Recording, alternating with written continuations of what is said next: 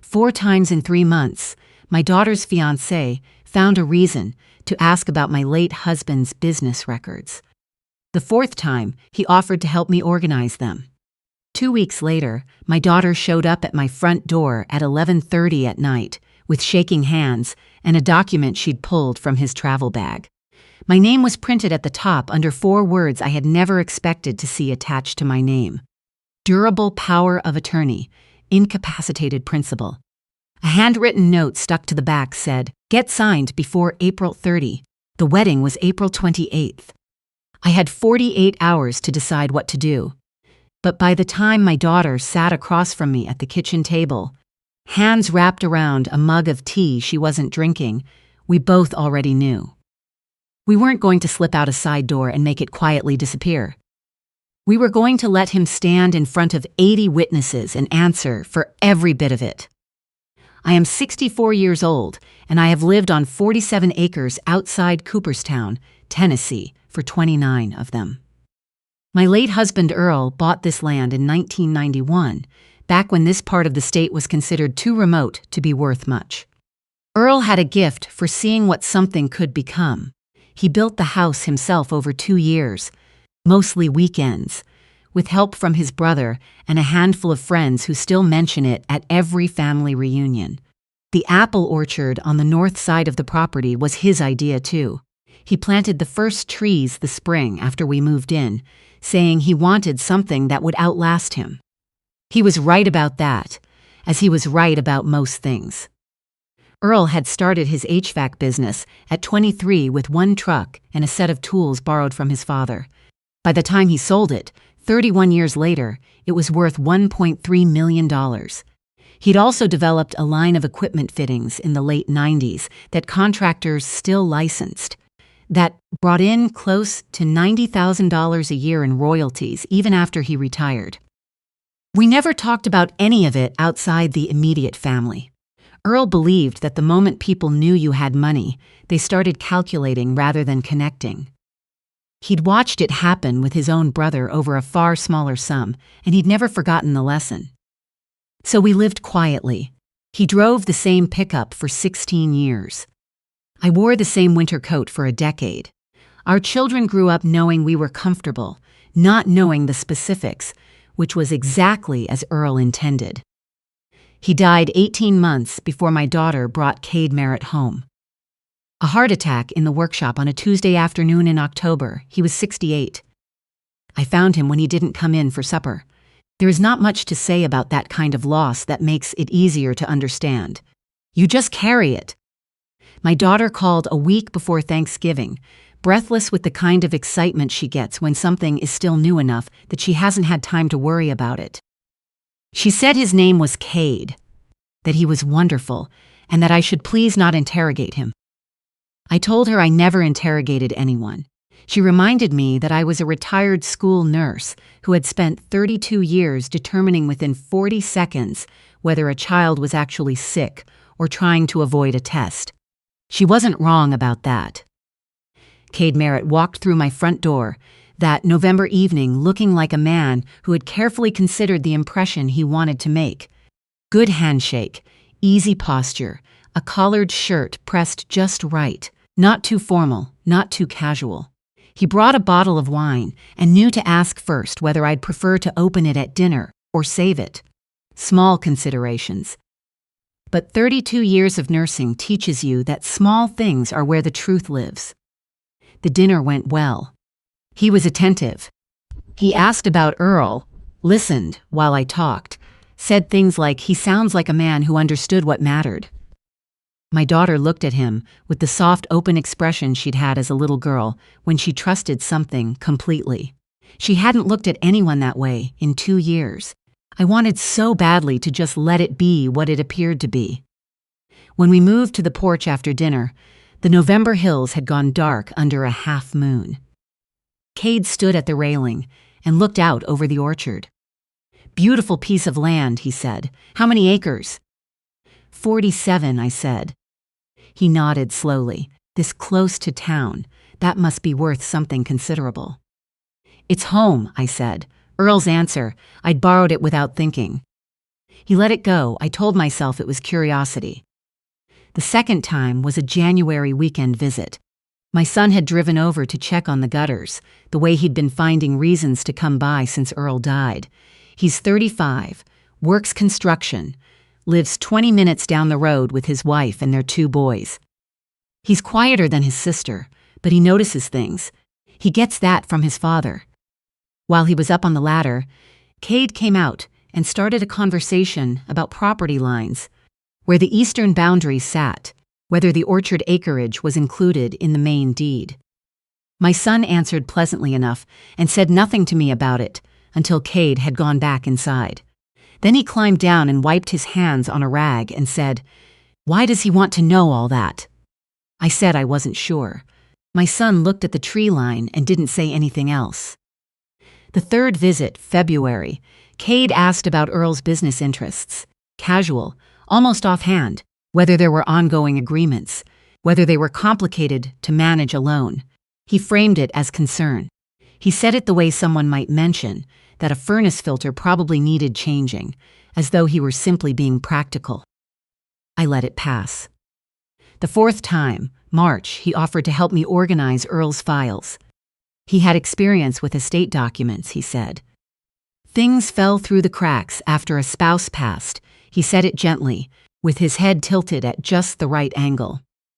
That night, after their car disappeared down the driveway, I sat at Earl's desk and called Maureen. Maureen had been our estate attorney for 14 years. She'd handled everything after Earl died.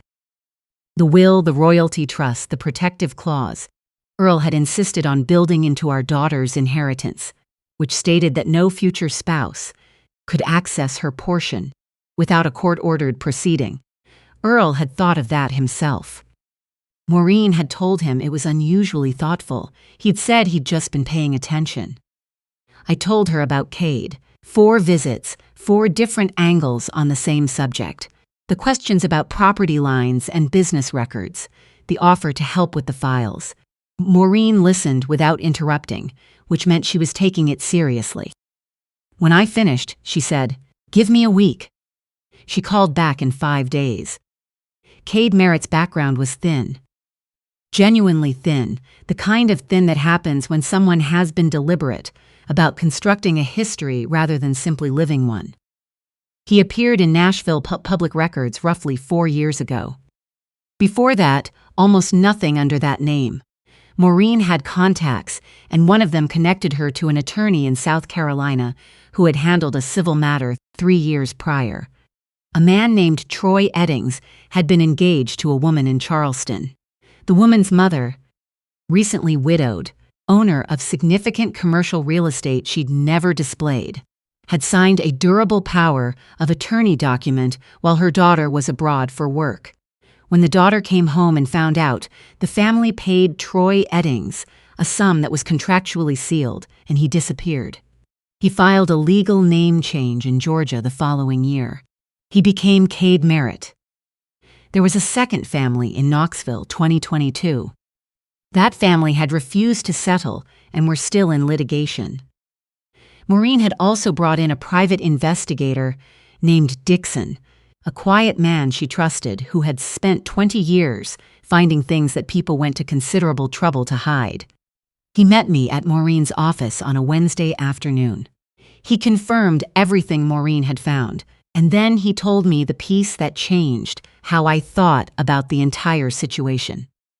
He doesn't rely on marriage, Dixon said.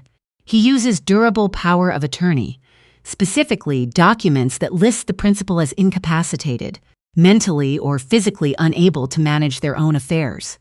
With that document signed and witnessed, the named agent can access accounts, authorize property transactions, redirect assets. He doesn't need a ring, he just needs a signature. I asked how he got the signature. He builds a case first, Dixon said. Talks to the person's doctor. Documents moments of confusion. Real ones, if they occur, manufactured ones if they don't.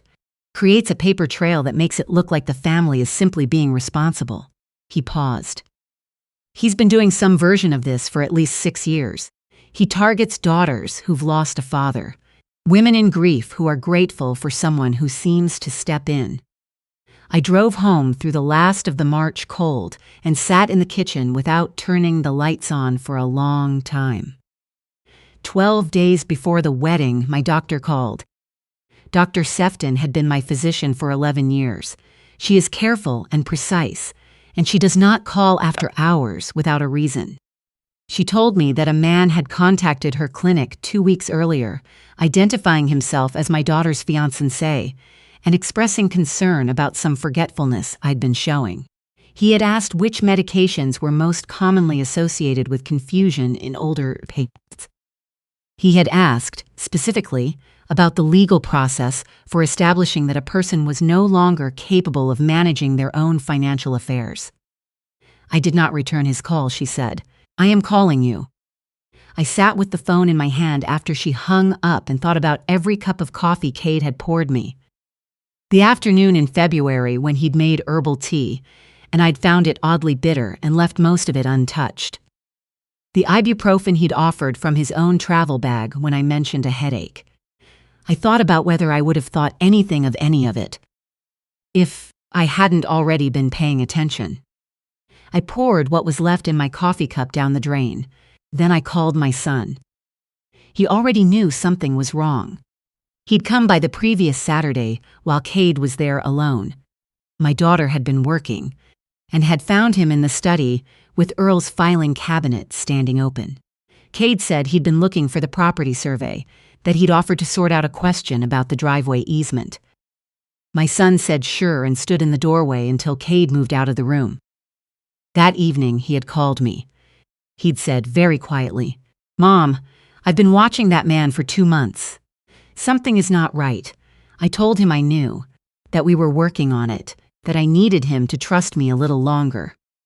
The hardest part of the 3 weeks between Dixon's meeting and the wedding was acting normally. I answered my daughter's calls about catering counts and centerpiece choices. I went to the florist with her on a Saturday and said that the white ranunculus looked beautiful, which they did.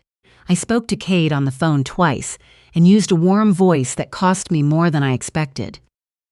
We met at Maureen's office 1 week before the wedding. Me, my son, Maureen, Dixon, and Sheriff Braddock, who had been briefed through proper legal channels and had pulled civil warrants connected to the South Carolina case. Dixon had established that Cade's brother, serving as best man, had been a known associate in the Charleston matter. Both would be arrested at the ceremony. The woman from Charleston, who had been waiting 2 years for exactly this kind of opportunity, had agreed to travel to Tennessee to provide a sworn affidavit. My son said, "We should call her right now and tell her." "We will," I said, "but not until we have to." Maureen said, "If he suspects we know, he runs. He has done it before, twice. We have 72 hours. Let's not give them up." My son sat back and looked at his hands and nodded once. 3 nights before the wedding, at 11:30, my daughter knocked at my front door. She had been looking for her passport. Cade had offered to pack for the honeymoon, and she'd gone into his bag to retrieve it herself. The document was in a manila envelope, tucked inside a zippered compartment behind his suits. She read it twice before she understood what she was reading. Her name was in the field marked agent. My name was in the field marked principal, incapacitated. The handwritten note said, "Get signed before April 30. She'd sat in her car in his parking lot for 2 hours before she drove to me. We talked until nearly 2 in the morning. I told her all of it. Maureen's research, Dixon's report, Troy Eddings, South Carolina, Knoxville, the doctor's call, my son watching from the doorway. She listened without interrupting, which reminded me of her father. When I finished, she was quiet for a moment. Then she said, "He chose me because I lost Dad." He thought I'd be too relieved to have someone fill that space to pay attention to what he was actually doing. He thought we were 2 women on our own, I said. He was very wrong about that. She looked at the document on the table between us. I don't want to cancel it quietly and let him just disappear to the next family. She looked up at me. I want to be the one to say it, in front of everyone. I hadn't suggested that, it was entirely hers. Then that's exactly what we do, I said. My son was at the house before 7 the next morning. We met with Maureen for 2 hours, finalizing each step. Sheriff Braddock would have 2 deputies in plain clothes among the guests. Dixon would be positioned near the orchard entrance. Maureen would have the full documentation. Affidavit from Charleston, Dixon's background report, the civil warrants, printed copies of the original document my daughter had found. My son asked her only once, "Are you sure?" "I've been sure since the moment I read it," she said. The morning of the wedding was clear and cool, the kind of April morning that makes Tennessee look like a painting you'd want to live inside. I stood behind my daughter in her childhood bedroom and fastened the small buttons at the back of her dress while she watched us both in the mirror. "Dad would have seen through him at the first dinner," she said. "He would have asked one polite question," I said, "and then he would have gone very quiet." Earl's version of a warning signal was silence. People who knew him well understood that. She smiled, not a happy smile exactly, but a real one. "I'm scared," she said, "but I know what I'm doing." "You always have," I told her. The ceremony was set along the south edge of the orchard, where the apple trees were just coming into blossom. White chairs, a wooden arch we'd built the week before, the hills rolling green and pale in the late morning light. 80 guests in their good clothes, talking quietly in the rows. Cade stood at the far end in a dark suit, looking like a man who was certain the morning was going according to plan. His brother beside him in the same easy posture, the same careful smile. I sat in the front row. My son was 1 row behind me. Maureen was near the left aisle. Sheriff Braddock, in a gray sport coat, was seated 4 rows back. Dixon was somewhere past the tree line, out of sight. The officiant moved through the words, the vows, then the moment. "If anyone present knows of any reason these 2 should not be joined in marriage, let them speak now or forever hold their peace." My daughter's voice, clear as creek water, said, "I do. I object." The crowd shifted all at once. Someone gasped. Cade's smile froze in a way that smiles freeze when the face beneath them has stopped cooperating. My daughter turned to face the guests. She did not look at Cade. She held the copied document in both hands and she spoke, and her voice did not shake once. She told them what she'd found. She said his name was not Cade Merritt. She said he had done this before, in South Carolina, in Tennessee, to families who had trusted him with the space that grief leaves open. She said her grandfather had built 47 acres into something that was supposed to outlast him, and she was not going to let a man with a false name and a notarized form take it apart. Cade's voice, when he found it, had lost something. The warmth was gone. She's been under tremendous stress. What she found was a draft of a document we were planning to discuss together, a standard estate planning measure that any responsible family. My son stood up from the second row. He said one word, Troy. Just the name. The way you say a name when you want a person to understand it's finished. Cade, Troy Eddings, stopped. Maureen stepped into the aisle. She introduced herself as the family's estate attorney and presented the file without drama, the background investigation, the identity documentation, the civil warrants, the affidavit from Charleston, the original POA document with the handwritten note still attached. She laid it out the way you lay something down that doesn't need embellishing, because the facts are already enough. Sheriff Braddock rose from his seat.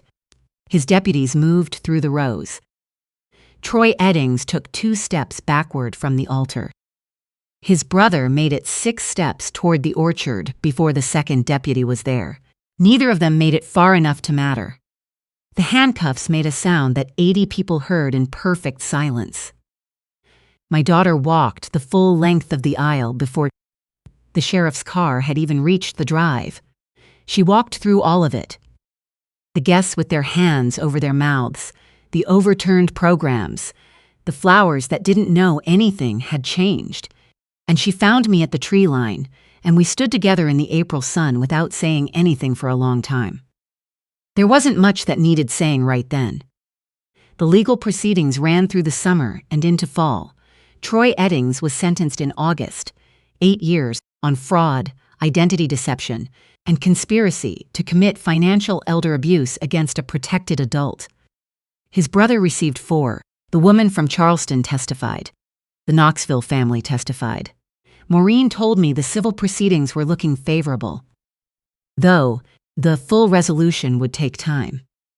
My daughter moved back into her old room for 4 months. She saw a therapist in town twice a week and took long walks through the orchard every evening, rain or clear. She started calling Earl's old friends to collect stories about him, things she was old enough now to understand that she hadn't been as a child. She kept them in a small notebook she left on the kitchen counter, where I could see it. In October, she drove back to Nashville. She had a life there that had been waiting patiently, a job, friends who had given her space without making her ask for it. She called more often than before, and not out of obligation. Something between us had been made solid by what we'd carried together. My son fixed the gutters that fall, properly this time. He brought his boys out on a Saturday, and I watched them run through the orchard the way he and his sister had when Earl was still here, and I thought about how a piece of land holds the people who have loved it, even long after they are gone. I think often now about what I would tell another woman in the position I was in. A widow, a mother, watching someone charming and patient move through her home, asking questions that sounded like small talk, offering help that felt like care. I would tell her this: trust the thing in your chest that notices. Not because the world is full of danger around every corner, but because you have been paying attention your entire life, to your children, to your patients, to the people you loved. And that attention is not a small thing. It is your most reliable instrument, and it has earned its place. The real red flag was not the questions about the property, though those were there. It was not the offer to organize the files. It was the word on that document, incapacitated, printed beside my name by a man who had decided, before he ever truly knew me, what I was, who had looked at a woman in her 60s, who had built a life and buried a husband, and kept 47 acres running on her own, and thought, there is someone I can diminish.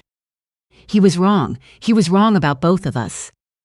Earl built something here that was always meant to outlast him. The orchard is blossoming again this spring. My daughter called last Sunday to say she was driving down for the weekend, and there was something in her voice I hadn't heard in a long time, something easy and open, the way she used to sound before loss and bad luck made her careful about everything. I hung up the phone and walked out to the south edge of the property, where the apple trees were white with flowers, and I stood there a while thinking about how much of what matters most can still be protected if you decide early enough that it's worth protecting. It is, it always is.